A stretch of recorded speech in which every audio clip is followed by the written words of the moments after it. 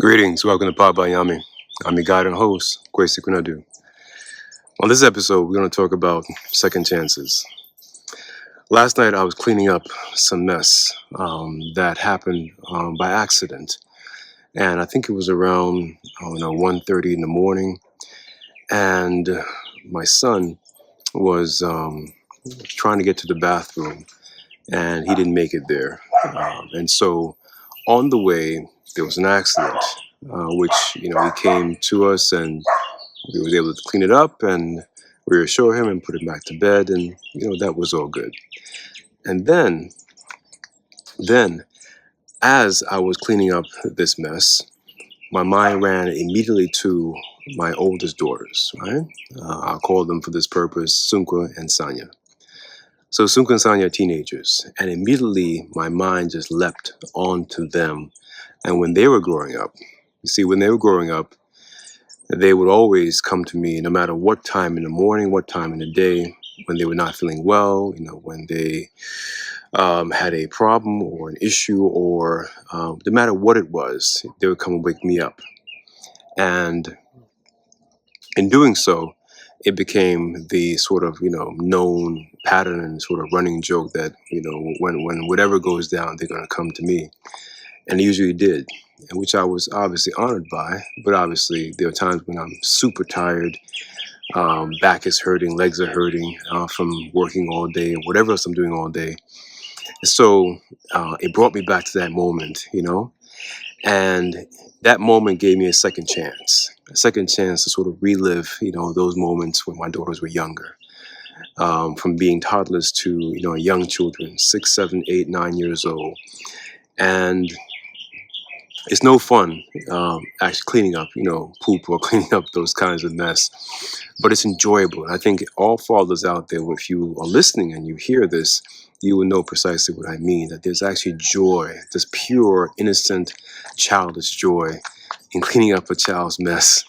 Not only because it's your child, because A, you don't have to, and B, you don't have to have the same kind of attitude, positive attitude in cleaning up a child's mess. But I relished it in that, not only because it's my children, but something kicked in whenever, they were not feeling well or doing well, or whatever they had, whether it's a nightmare or something happened to them where they couldn't sleep, and they came to me. In those moments, I would sort of just suspend whatever pain, whatever lack of sleep or tiredness that overcame me, and I would just get into the zone. And that zone is what I felt, early this morning or late last night when my son had an accident. And that feeling, that second chance, that second moment of just reminiscing and looking over all the wonderful times, even not so wonderful time, but all the wonderful times, because there were more than those and there were not, at least with me. And, ran through my mind the times when, my daughters would, go to the park. I would take them to the park with or without their bicycles, and they would go to the park. And these were, and I think still are, very much wonderful, teenage girls, young sisters. They would attract friends immediately, and I was always amazed at that. How they would, gravitate to and have others gravitate to them. Usually the case, without any, hang-ups, any issues. I've never heard them have a fight amongst themselves. At best, maybe with a few words, more so with attitude, not curse words. But they would, work with and play with anyone, and everyone wanted to play with them. And I try to remind, other children I've either taught for my previous, career before I became a college professor. I was a school teacher, kindergarten, first grade, second grade, fourth and fifth grade. And so in those years, I remember the same thing happening where, I would teach my students, then my children, but I didn't have children of my own. I would teach the students about, you want to be the kind of child that not only other children want to play with, but their parents want you to play with, right? And so which means you got to have a very winning attitude, so that even if the point of the game is to win and you don't win, as long as you gave it your best, as long as you tried your best, that's what mattered. And I taught my daughters that doesn't matter what the results are. As long as you tried your best, I'm going to hug you. I'm going to love you even more than I already do. I'm going to hold you. I'm going to be your biggest cheerleader with or without the pom-poms. I'm going to dance, jump up and down, do karate kicks, cartwheels, you name it, as long as you tried your best. Doesn't matter what the results are. And I've taught them that. As long as you do your best, we can live with the results, right? And so I remember them, just being, these kinds of wonderful children that never gave a problem. I've never heard them curse. I'm sure they probably have, but not in front of me. I've never heard them, argue among themselves. I've never heard them throw a blow or seen them throw a blow, excuse me, amongst each other. I've never seen them, really, nasty in terms of attitude. Their demeanor is pretty reasonable and calm, right? And they've never cursed at me, at least cursed in my presence, So I've seen them really, really good children. They've never given me any problems. And I'm blessed for that, right? And so this is sort of a love, poem or love sonnet, out to them, how much, I've loved and enjoyed them and deeply, missed those times and certainly miss them as they're growing up, because as children grow up, particularly as teenage years, they find, as they should, much amongst their peers, in this case, their peer group. But I've also taught them, how to be very skillful and very careful about who they consider to be their friend, right? But nonetheless, friends are important, right? Because they're part of that socializing network as they go into adulthood. In fact, a number of my friends from college as an undergrad, some of those people, remain in some form of friendship over the years, right? And so friendships are deeply important, for, how we grow out and fully into our full selves and real selves, right? I also remember with my daughters, right, on this theme of second chances, how, they can have a little, fuss amongst each other. I've never seen them have a fuss with other people, right? Other children, that is, or adults, because they're very respectful children.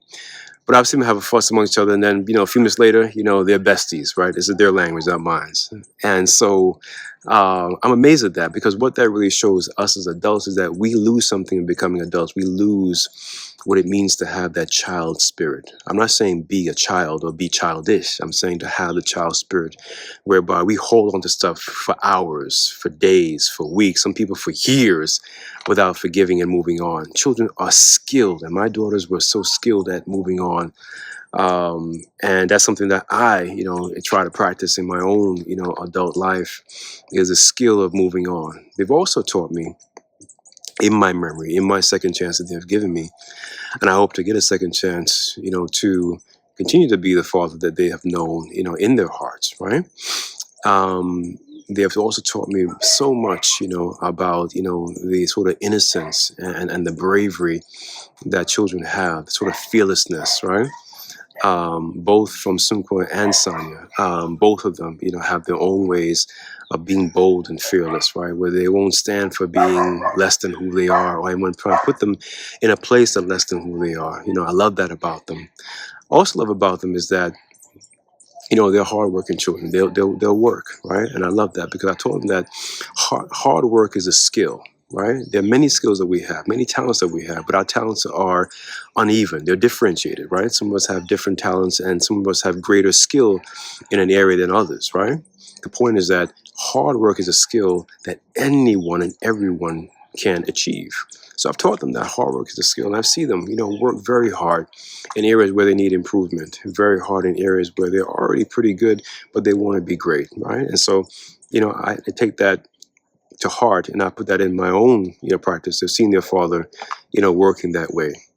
And so, in this sort of love song and love poem, to my daughters, right, to Sunko and to Sanya, I want to shout them out, and I want to shout out all daughters, in this world, in this universe, for what they mean to their fathers. I'm told that, daughters tend to have a certain affinity to their fathers, right? And if that's the case, and I think it is, I want to shout them out and let them know how much, they have meant to me, how much they mean to me, how much, I sorely miss those younger years, which I can never get back with them, but how much I miss them as they're growing up now, as they continue to branch out and, grow and sort of blossom, much like the flowers in the back of me, into their young adult selves, right? I'm a forever, want to have the second chance at those earlier times, but I'm looking forward for the second chance with them as they grow into the next phase of adult life. And so to them and to all daughters in the world, Big up. Baba Nyame, I've been your guide and host. Please drop your questions, comments, or thoughts or experiences or memories in the comment section below. Until next time, stay well.